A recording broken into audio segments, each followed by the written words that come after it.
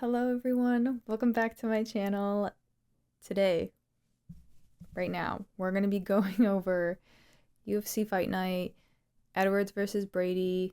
I'm going to be going over every single fight on the card and letting you know my thoughts on everything that happened. Let's start off with Guram Kutateladze versus Kaue Fernandes. I didn't watch this whole fight, but I watched parts of it, and Guram Kutateladze lost. This was the beginning of some foreshadowing for the rest for another event on this card. But it was really interesting because I had this feeling that Guram Kutateladze kind of like moves in slow motion sometimes. And that if he's facing an opponent who's faster than him, it's kind of difficult for him to get anything going. And that's kind of what happened here, like especially in the third round, or it was the second or third round, like the commentators were saying, Guram Kutateladze has to pull a Hail Mary here and actually do something because, he's just he's just losing. And he lost a unanimous decision. I don't know if there's anything else to say about that. Let's move on to the next one. Nathan Fletcher versus Caolan Loughran. I think they pronounced it Caolan. I'm not... Caolan? I'm not sure. Anyways, it was really interesting. The first fight, I think Nathan Fletcher decided to kind of take it slow, which wasn't super great because it seems that Loughran's approach was takedowns, which was unexpected because honestly, from what I've seen from him before, he would usually just box. But I guess he realized that wasn't working for him and that he's a stocky bro and he needs to obviously grapple.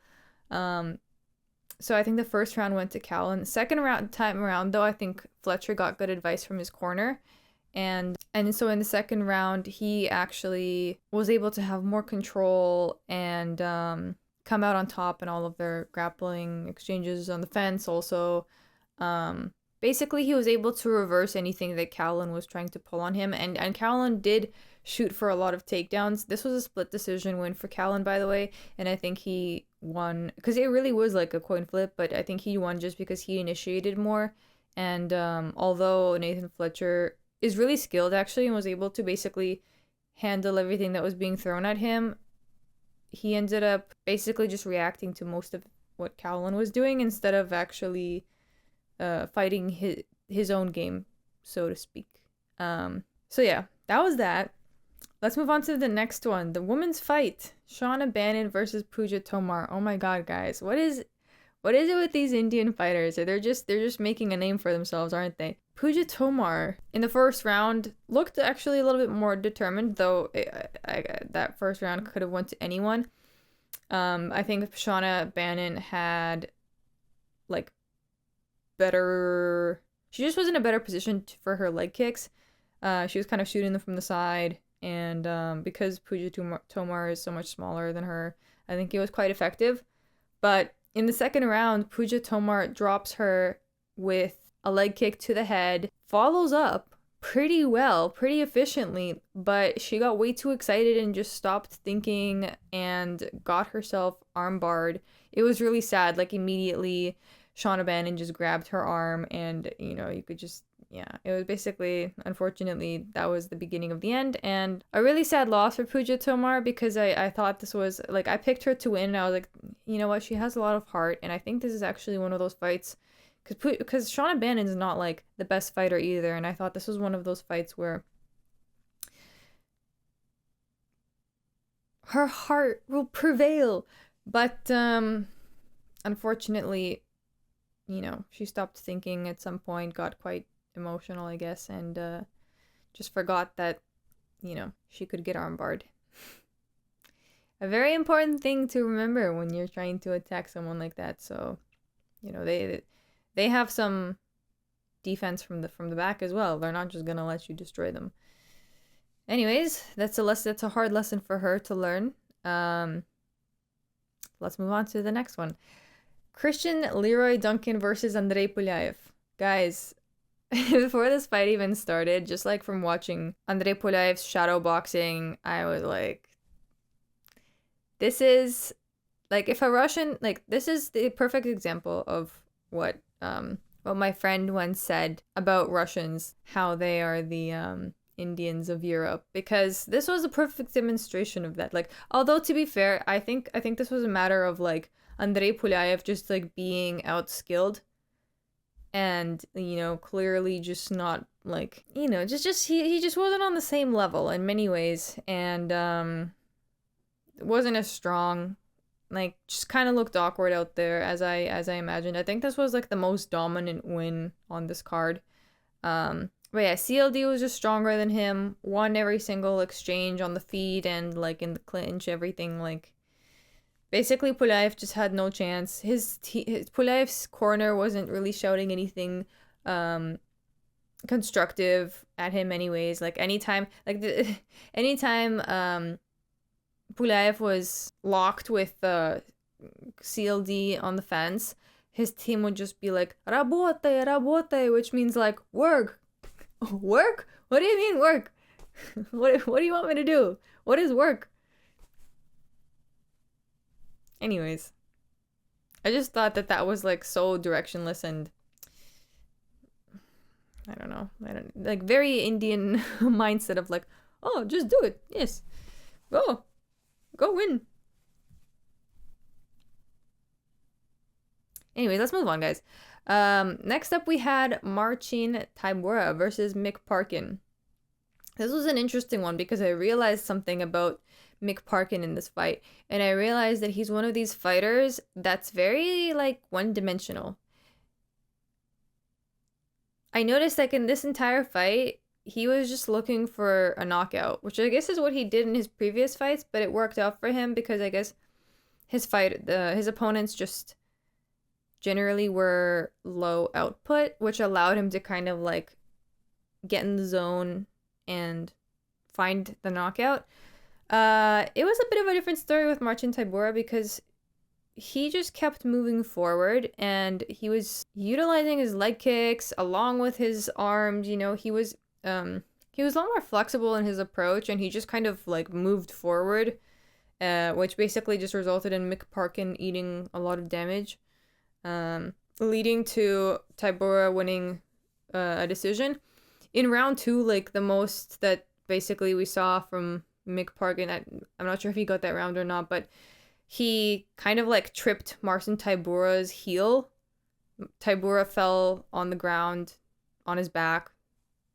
Parkin kind of like jumped on top of him, and basically most of the round Mick Parkin was just kind of on top, but like he didn't really do anything, which just showed that he's not like Mick Parkin doesn't really have much grapple. He's not really an offensive grappler.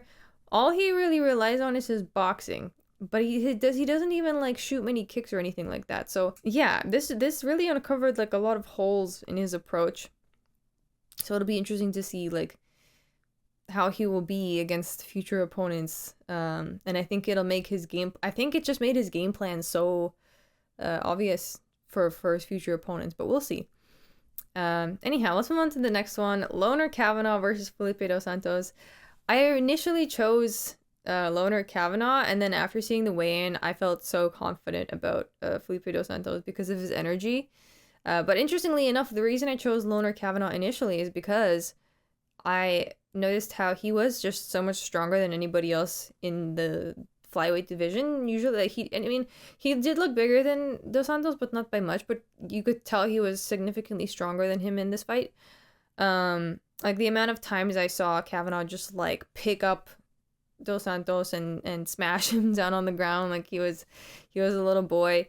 It was pretty impressive. I know he had a cut on his in his hairline somewhere, and maybe that didn't like it, because I remember getting cut in my head once too, and it was bleeding so much, but you kind of don't even notice him. I'm sure as he was fighting, he had so much adrenaline pumping through his body that he probably didn't even think about that. But the sight was a bit gruesome, not gonna lie. There's blood everywhere.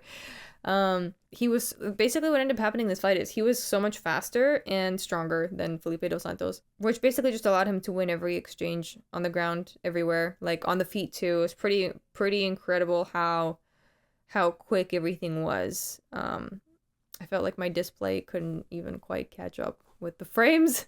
But yeah, that was a hell of a fight. Pretty sure that, I mean, I feel like that should have won the fight of the night. Super bloody, super intense, like one of the most fast-paced fights I've seen in a while. And yeah.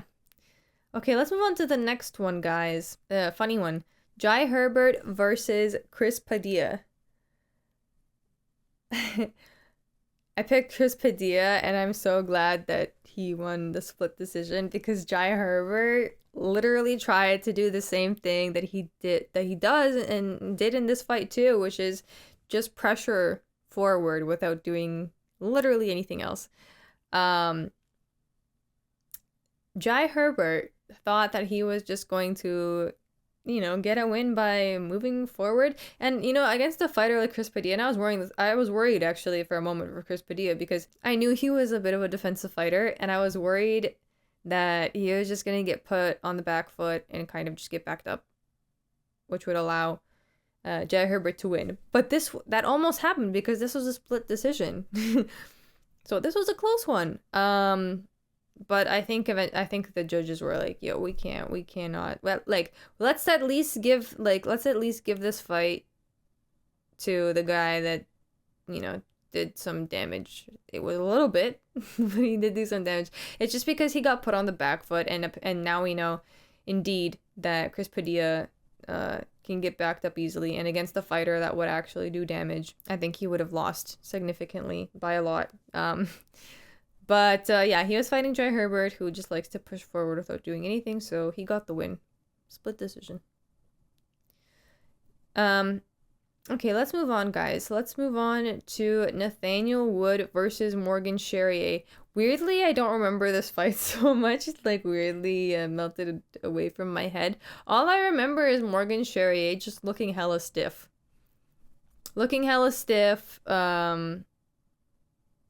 This was a decision. I remember the judges talking about how Nathaniel Wood was faster. Yeah, I don't know why I don't remember this fight so much. Was it like so uneventful? It was a decision. Literally a fight that just got erased from my mind. Okay, let's move on to the next one. I'm sure it was it was a decision, so obviously not super eventful. Let's move on to the next one, which was actually very interesting. Jordan Vucenic versus Chris Duncan. Now, I heard the commentators pronounce his last name as Vucenic, so it's confirmed. It's Vucenic. That is the Serbian pronunciation. But yeah, it's pretty, I had this thought enter my head after I saw the Guram Kutateladze loss. I was like, oh, that's interesting, because Guram was the last one to fight Jordan Vucenic. And yes, Jordan Vucenic won that fight, but it wasn't so dominant, right? So we've seen that Guram Kutateladze just struggles with high-paced dudes. Now, Chris Duncan is a super high-paced dude. And apparently a very skilled grappler. Jordan Vucenic did not do much in this fight. Chris Duncan, so quickly just basically sat Jordan Vucenic down on his ass and dominated the whole time, until he eventually got a submission in the second round. I don't think Jordan Vucenic had a chance. Oh, and the craziest thing, too, is, the reason I think that submission even came so early, because round one ended and I was like, okay, that was a shitty round for Jordan, but maybe he'll come back in the second. For some reason, Chris Duncan was positioned in the center of the octagon, and Jordan Vucenic was way by the fence, right? Jordan Vucenic decides that it would be a good idea to lunge for a single leg from that far of a distance. What was he thinking? Where was he going? He basically just got swallowed by Chris Duncan. Chris Duncan was like, oh, the fuck? I think everyone who saw that was thinking what was this illogical panic move? I just, like, obviously now looking back at, like, the interviews that I saw with Jordan Vucenic and how he was talking about that, oh, this time he's so prepared and, you know, he improved so much.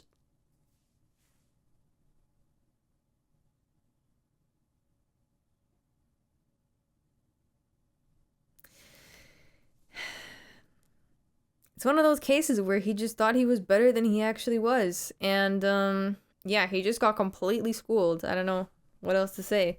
And I should have known that after the Guram fight. Like, we literally saw this situation being foreshadowed. But anyways, I still believed in Vucenic. He also has, like, he just had, like, a lot of aura, you know? I think that kind of changed now, but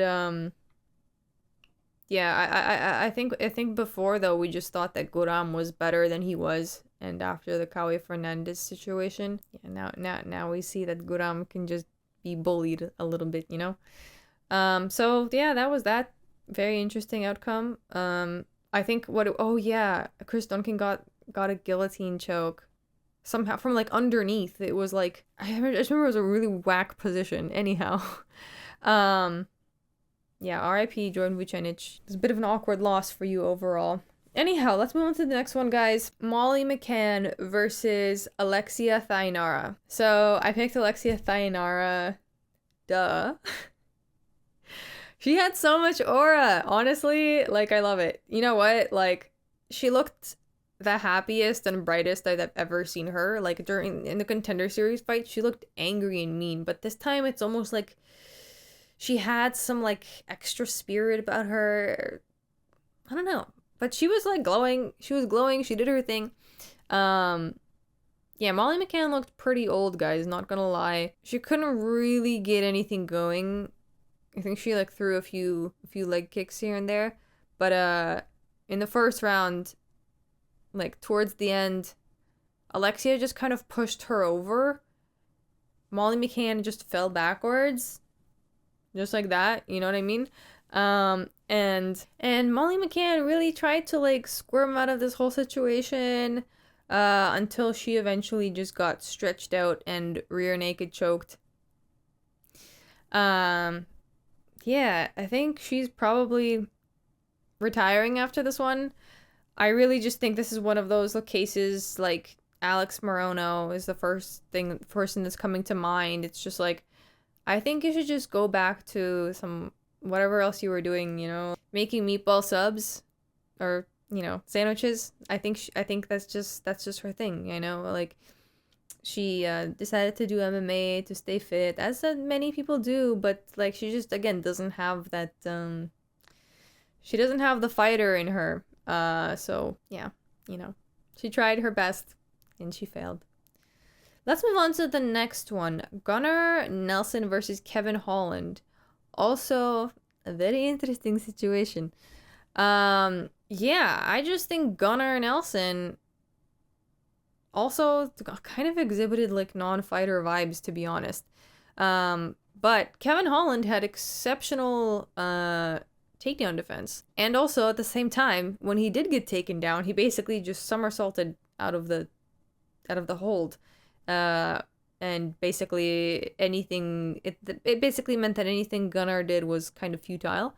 But yeah, I actually picked Gunnar Nelson because I figured, like, okay, how good could Kevin Holland's defense be? I don't think it's that good, but somehow he just, you know, remained stable. Even when he did get taken down, he just kind of rolled out of it. And yeah, Gunnar Nelson had nothing on the feet. Nothing on the feet. So yeah, I don't know what else to say. I think maybe if Gunnar was able to do more with his takedowns, he could have won, but that was all basically useless. So that's all I have to say about that. Let's move on to the next one. Jan Blachowicz versus Carlos Ulberg. Interesting. This was honestly kind of a coin flip. It was a unanimous decision, but to me it looked more like a split, to be honest. But I will say, although Jan Blachowicz lost, he looked really good for a 42-year-old fighter. He looked really good.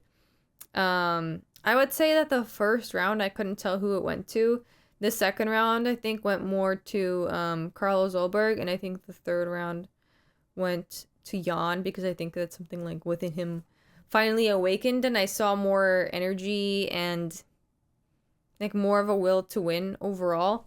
But yeah, overall, like, I think they were both just waiting for like the perfect moments to strike. So it wasn't like the most entertaining fight, but I also do understand, like, actually by the end of it, I thought it could have gone either way. I thought they could have given it to Jan Blachowicz, and I wouldn't be surprised, but I think that at this point, like, Jan doesn't have anything for the UFC. He's 42. He already fought on Pulyaev and, you know, Padilla. I just think that, like, Carlos Ulberg is just more of a promising guy right now for the UFC. So I also understand that decision. Yeah. But overall, like, really solid fight for a 42-year-old. Not gonna lie. Like, he looked pretty fresh for a 42-year-old guy, but I guess I will say the Polish people, like, their genetics are pretty solid overall, regarding just like strength and durability. Okay, let's move on, guys, from this to the saddest fight on this card, in my opinion. Like, what was this? Leonard Edwards versus Sean Brady. Leonard Edwards promised everybody that he's gonna recover from the embarrassment that was the fight with Belal Muhammad. He said he is going to prove to everybody why he belongs here, and that he is, in fact, a solid fighter. And I believed him. I really did. I believed him because I thought, you know what? He underestimated Belal, but I've seen his fights before. They were solid, and he's faced some good competition. He's definitely going to come back stronger this time. Yep. And, you know, I saw the look of determination in his face, but at this point, I think it was just like autistic hope. Autistic emotions. Because Sean Brady just went in there and did what Belal exposed him for. Just put him on his ass. Literally looked like something, like a Belal fight part 2. For 4 straight rounds, Sean Brady dominated Leon Edwards completely. Leon Edwards thought that, oh, he was just going to stand on the feet and he was going to get his little 1-2s and he was going to win. Or I guess he thought he was going to find a KO, but like, oh my god, the takedown defense, terrible. The grappling, terrible. He looked exactly like he looked in the Belal fight, just sitting on his ass, completely exposed for not knowing what to do. Sean Brady dominated Leon Edwards so hard. Like, literally just manhandled him the whole time. And in round 4, when he submitted him, this was like one of the craziest submissions I've ever seen, because it was like a backwards guillotine. Like,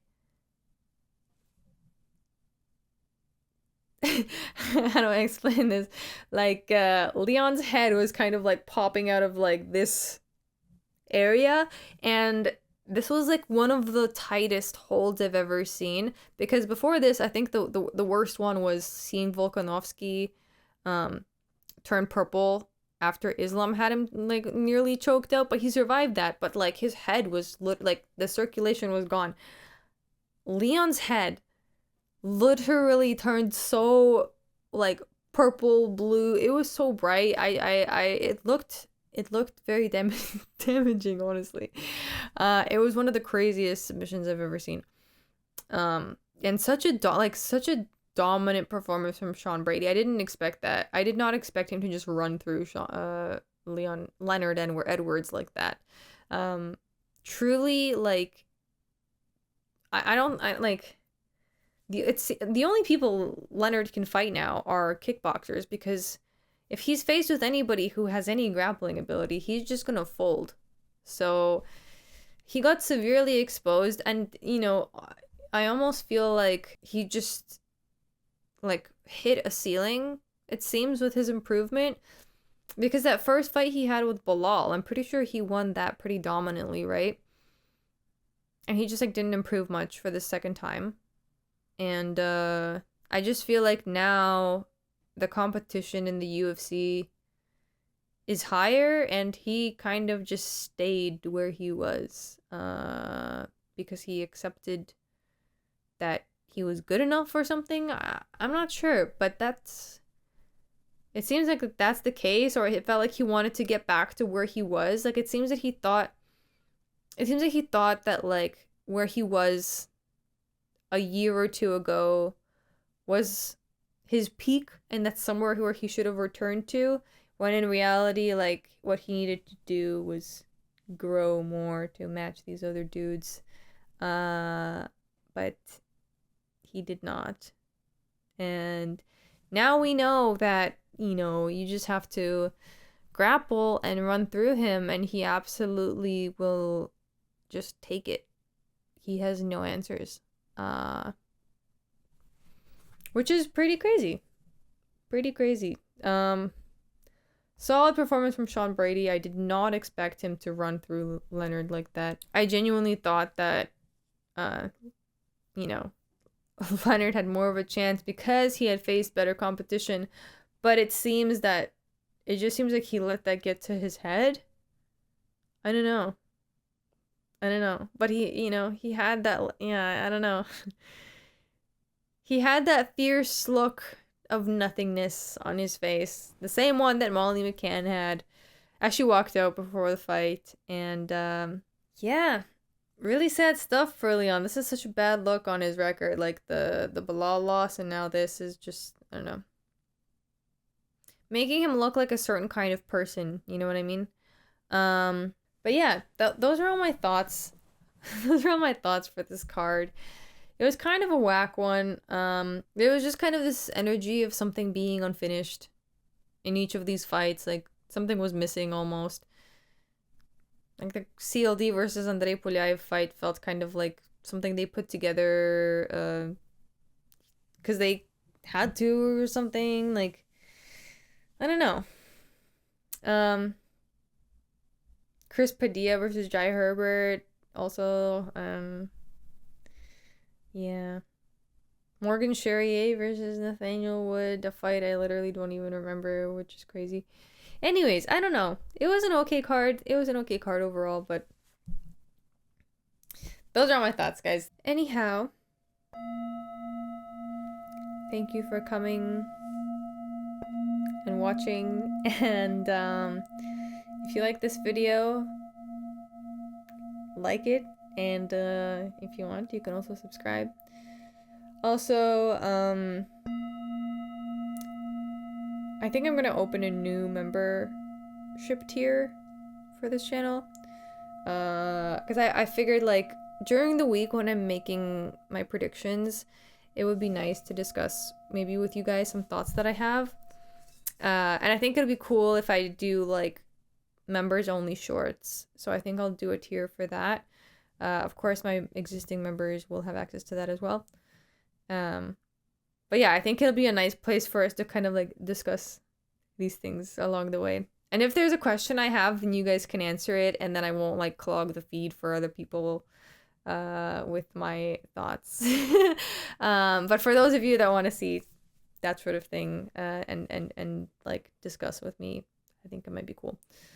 Anyhow, let's end this there.